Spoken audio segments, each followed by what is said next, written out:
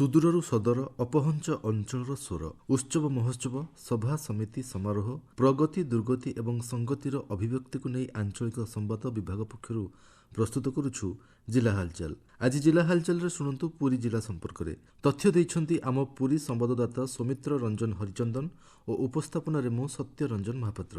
ଉପକୂଳ ଓଡ଼ିଶାରେ ସୌର ପବନ ଓ ଜଳଶକ୍ତିକୁ ଉପଯୋଗ କରି ଅଧିକ ଅକ୍ଷୟ ଶକ୍ତି ଉତ୍ପାଦନ କରାଯିବା ନେଇ ପୁରୀରେ ଆୟୋଜିତ 2 ଦିନିଆ ବିଶ୍ୱ ଶକ୍ତି ସମ୍ମିଳନୀରେ ନିଷ୍ପତ୍ତି ନିଆଯାଇଛି। କୋରାପୁଟ ଓ ନବରଙ୍ଗପୁର ଭଳି ଅଞ୍ଚଳରେ ମଧ୍ୟ ପବନ ଚାଳିତ ଶକ୍ତି ଉତ୍ପାଦନ କ୍ଷେତ୍ରରେ ଓଡ଼ିଶା ସରକାରଙ୍କ ପକ୍ଷରୁ ଆଗାମୀ ଦିନରେ କାର୍ଯ୍ୟ କରାଯିବ।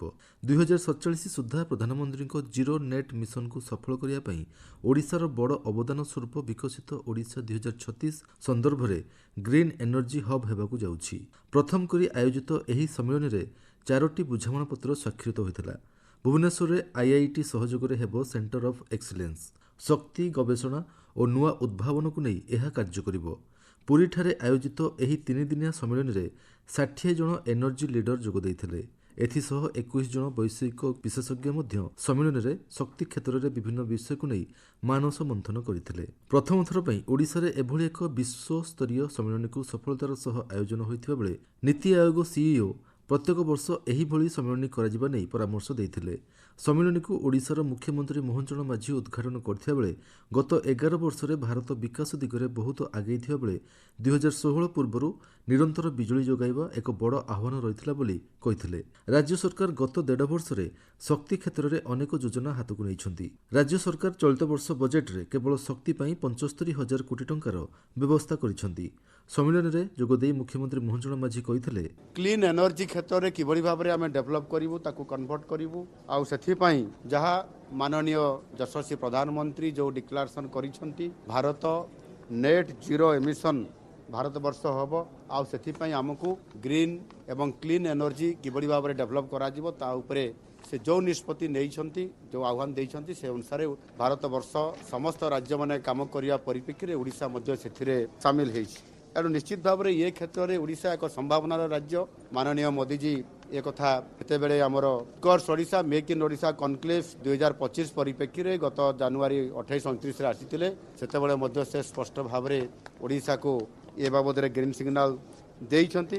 ସମ୍ମିଳନୀର ଅନ୍ୟତମ ଅତିଥି ଉପମୁଖ୍ୟମନ୍ତ୍ରୀ କନକବର୍ଦ୍ଧନ ସିଂହଦେଓ କହିଥିଲେ, ପ୍ରଥମ ଥର ପାଇଁ ଗୋଟେ ଇନିସିଏଟିଭ ଓଡ଼ିଶା ତରଫରୁ ଅନ୍ୟ କୌଣସି ରାଜ୍ୟ ଏଇଟା କରିନାହିଁ। ପ୍ରଥମ ଥର ଓଡ଼ିଶା ଏହି ଇନିସିଏଟିଭକୁ ହାତକୁ ନେଇଛି ଏବଂ ଏଇଟାକୁ ଗୋଟେ ଆନୁଆଲ ହିସାବରେ ପ୍ରତିବର୍ଷ କରିବା ପାଇଁ ନୀତି ଆୟୋଗର ସିଇଓଙ୍କ ପରାମର୍ଶ ସେ ଦେଲେ।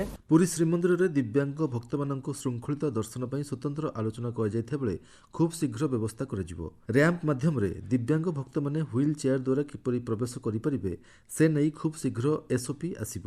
ଦିବ୍ୟାଙ୍ଗ ଭକ୍ତମାନେ ସୁବିଧା ଓ ଶୃଙ୍ଖଳିତ ଭାବେ ଯେଭଳି ଦର୍ଶନ କରିପାରିବେ ସେ ନେଇ ଗତ ଛତିଶା ନିଯୋଗ ବୈଠକରେ ଆଲୋଚନା ହୋଇଥିଲା। ତେବେ ଏସ୍ଓପି ପ୍ରସ୍ତୁତ ପରେ ଶ୍ରୀମନ୍ଦିର ପରିଚାଳନା କମିଟିର ଅନୁମୋଦନ କରାଯାଇ ଦର୍ଶନ ପାଇଁ କାର୍ଯ୍ୟକାରୀ କରାଯିବ। ଏହାପରେ ଦର୍ଶନ ବ୍ୟବସ୍ଥା କାର୍ଯ୍ୟକାରୀ କରାଯିବ ବୋଲି ଶ୍ରୀମନ୍ଦିର ମୁଖ୍ୟ ପ୍ରଶାସକ ଡକ୍ଟର ଅରବିନ୍ଦ ପାଢ଼ୀ ସୂଚନା ଦେଇଛନ୍ତି। ଦିବ୍ୟାଙ୍ଗ ଭକ୍ତମାନଙ୍କର ମହାପ୍ରଭୁଙ୍କର ଦର୍ଶନ ନିମନ୍ତେ ଯାହା ବି ଆମେ ମାର୍ଗଦର୍ଶିକା ଇତିମଧ୍ୟରେ ମ୍ୟାନେଜିଂ କମିଟି ଯେଉଁ ଅଧିକୃତ କରିଥିଲେ ମୁଖ୍ୟ ପ୍ରଶାସକଙ୍କୁ ଏବଂ ଯେଉଁ ମ୍ୟାନେଜିଂ କମିଟି ବା ପରିଚାଳନା କମିଟିର ଯେଉଁ ସେବକ ସଦସ୍ୟମାନେ ଅଛନ୍ତି ଏବଂ ଅନ୍ୟ ବରିଷ୍ଠ ସେବାୟତମାନଙ୍କୁ ନେଇ ତାର ଗୋଟେ ଆମେ ଚିଠା ମାର୍ଗଦର୍ଶିକା ପ୍ରସ୍ତୁତ କରିଥିଲୁ। ଆମେ ଯେଉଁ ମାର୍ଗଦର୍ଶିକା କରିଛେ ବା ଯେଉଁ ହ୍ୱିଲ୍ ଚେୟାର ହେଉ କିମ୍ବା କାଠର ଯେଉଁ ଚେୟାର ହେଉ କେଉଁ ପର୍ଯ୍ୟନ୍ତ ନେଇପାରିବେ କେଉଁ ହିସାବରେ ନେଲେ କୌଣସି ନୀତିକାନ୍ତି ବା ଆମର ମହାପ୍ରଭୁଙ୍କର ପରମ୍ପରାର ବ୍ୟାଘାତ ହେବ ନାହିଁ ତାପରେ ସେହି ପରାମର୍ଶ ଲୋଡ଼ାଯିବ। ଏବେ କିଛି ସମ୍ବାଦ ଆମ ସମ୍ବାଦଦାତାଙ୍କ ଠାରୁ। କୋଣାର୍କ ଅର୍ବାନ ହାଟଠାରେ ହସ୍ତତନ୍ତ ବୟନ ଓ ହସ୍ତଶିଳ୍ପ ବିଭାଗ ପକ୍ଷରୁ ହସ୍ତଶିଳ୍ପ ସପ୍ତାହକୁ ନେଇ ହସ୍ତଶିଳ୍ପୀ ମେଳା ଅନୁଷ୍ଠିତ ହୋଇଯାଇଥିଲା। ଏହି ମେଳାରେ 76 ଗୋଟି ଷ୍ଟଲ୍ ଖୋଲିଥିବା ବେଳେ ହସ୍ତଶିଳ୍ପୀମାନଙ୍କୁ ଅଧିକ ସଶକ୍ତ ଓ କ୍ରିୟାଶୀଳ କରିବା ନେଇ ଏପରି ମେଳାର ଆୟୋଜନ କରାଯାଇଥିଲା। ପୁରୀରେ ପବିତ୍ର ମାର୍ଗଶିର ମାସ ଶୁକ୍ଳପକ୍ଷ ଦ୍ୱାଦଶୀ ତିଥି ଅବସରରେ ହିନ୍ଦୁ ଶାସ୍ତ୍ରୀୟ ବିଧିବିଧାନ ଅନୁସାରେ ବ୍ୟଞ୍ଜନ ଦ୍ୱାଦଶୀ ବା ଅଖଣ୍ଡ ଦ୍ୱାଦଶୀ ଦିବସ ପାଳିତ ହୋଇଯାଇଛି। ଅର୍କକ୍ଷେତ୍ର କୋଣାର୍କଠାରେ ଚଳିତ ବର୍ଷର 36ତମ କୋଣାର୍କ ଉତ୍ସବ ଓ ଚନ୍ଦ୍ରଭାଗା ସମୁଦ୍ର ଉପକୂଳରେ 15ତମ ଆନ୍ତର୍ଜାତୀୟ ବାଲୁକା କଳା ଉତ୍ସବକୁ ମୁଖ୍ୟମନ୍ତ୍ରୀ ମୋହନ ଚରଣ ମାଝୀଙ୍କ କରକମଳରେ ଉଦ୍ଘାଟିତ ହୋଇଥିଲା। ଜିଲ୍ଲା ହାଲଚାଲ ଆଜି ପାଇଁ ଏତିକି। ଆସନ୍ତାକାଲି ଜିଲ୍ଲା ହାଲଚାଲରେ ଶୁଣିବେ ରାୟଗଡ଼ା ଜିଲ୍ଲା ସମ୍ପର୍କରେ।